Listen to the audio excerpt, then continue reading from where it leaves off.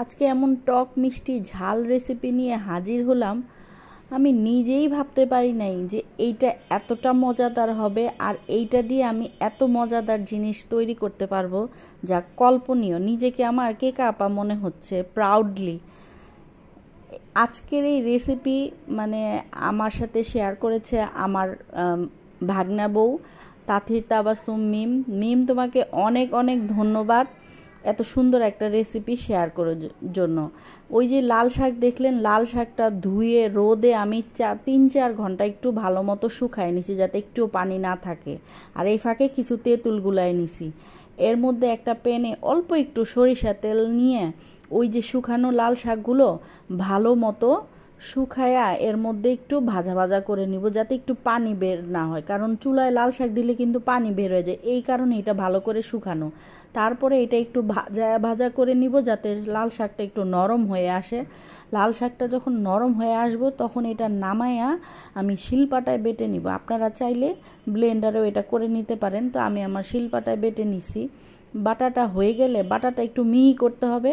বাটাটা হয়ে গেলে তারপরে আমরা নেক্সট স্টেপে যাব, সেটা হচ্ছে প্যানে আগে তেল দিতে হবে।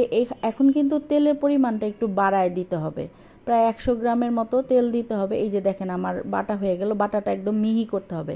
তারপরে যখন তেলটা একদম ধোঁয়া উঠা গরম হবে, ধোঁয়া উঠতে হবে একদম, যাতে তেলটা বেশ গরম হয়। এর মধ্যে গোটা কিছু রসুন আর শুকনা মরিচ দিয়ে দিব। শুকনা মরিচ আর রসুনটা যখন ভাজা ভাজা হয়ে যাবে তখন তার মধ্যে দিয়ে দিব জিরার গুঁড়া, তারপরে দিব কিছু হলুদের গুঁড়া, তারপরে দিব চিলি ফ্লেক্স, তারপরে দিব লবণ আর ধনিয়া গুঁড়া। তারপরে এটা ভালো মতো মিক্স হইলে ওই যে তেঁতুলটা গুলে রাখছিলাম, তেঁতুলটা গুলে একদম পানি বের করে নিব, একদম সসের মতো বিচি আর সব ফেলে দিব। ওই তেঁতুলের সসটাই এখন দিয়ে দিব, দিয়ে ভালো মতো নাড়াচাড়া করে একদম মশলাটা মিক্স করে এর মধ্যে আবার লবণ দিয়ে দিতে হবে। লবণের পরিমাণটা একটু বেশি দিতে হবে, তেঁতুল যেহেতু। তার মধ্যে আবার সেই লাল শাকটা দিয়ে দিব।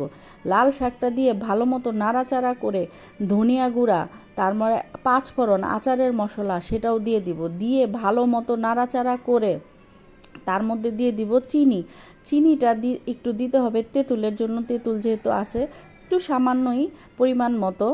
তারপরে এই লাল শাক আর তেঁতুলটা ভালো করে মিক্স করতে হবে, একদম নাড়াচাড়া দিয়ে ভালো মতো মিক্স করতে হবে। তারপরে এই যে চিনিটা দিয়ে দিলাম, চিনি দেওয়ার পর একটু ভিনেগারও দিতে হবে, তাহলে আপনি 1 মাস এটা ভালো মতো রাখতে পারবেন। তারপরে সুন্দর করে নাড়াচাড়া করে এটার মধ্যে আবার 5 ফোড়ন দিয়ে ভালো মতো নাড়াচাড়া করে রেখে দেন এবং সব সময় খান।